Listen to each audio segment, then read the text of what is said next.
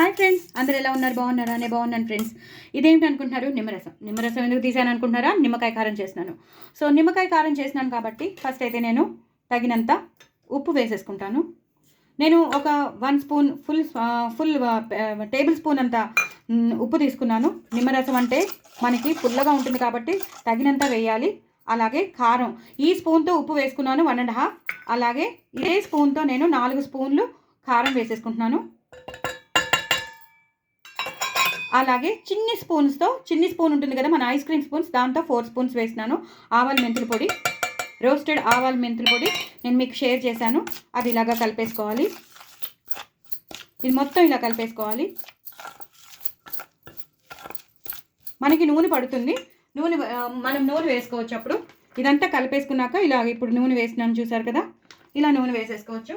పోపు already మనం వేయించి పెట్టేసుకోవాలి. ఆవాలు, జీలకర్ర, ఎండుమిరపకాయలు, ఇంగువ వేసేసి కరివేపాకు వేసేసి మనం వేయించి పెట్టేసుకోవాలి. ఇలా ఒక్కసారి కలిపేసుకోవాలి. ఆ నిమ్మరసం ఉంది కదా, అదంతా మనకి ఊరిపోతుంది.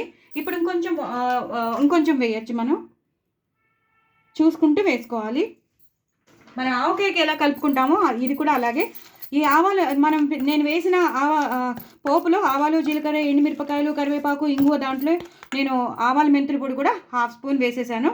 సో దట్ ఎప్పుడైతే మనం వేస్తామో మంచి టేస్ట్ వచ్చేస్తుంది.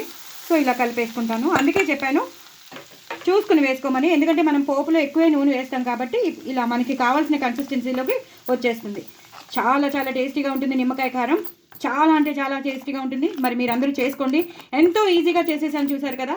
ఇలా నిమ్మరసం చేసేసుకుని ఇవన్నీ నేను వేసినవన్నీ మీరు వేసేసుకుని లాస్ట్లో కొత్తిమీరతో గార్నిష్ చేసేసుకోండి. ఎంతో టేస్టీ అయిన నిమ్మకాయ కారం మీకు రెడీ అయిపోతుంది. ఎంతో ఎంతో బాగుంటుంది. మరి చేసుకుంటారు కదా. నా ఛానల్ మాత్రం సబ్స్క్రైబ్ చేసుకోవడం అసలు మర్చిపోద్దు. ఎంతో టేస్టీగా ఉంటుందండి. కలుపుకుంటే మాత్రం వేడివేడి అన్నంలో తింటే మాత్రం సూపర్ చేసుకుంటారు కదా. బాయ్ అండి.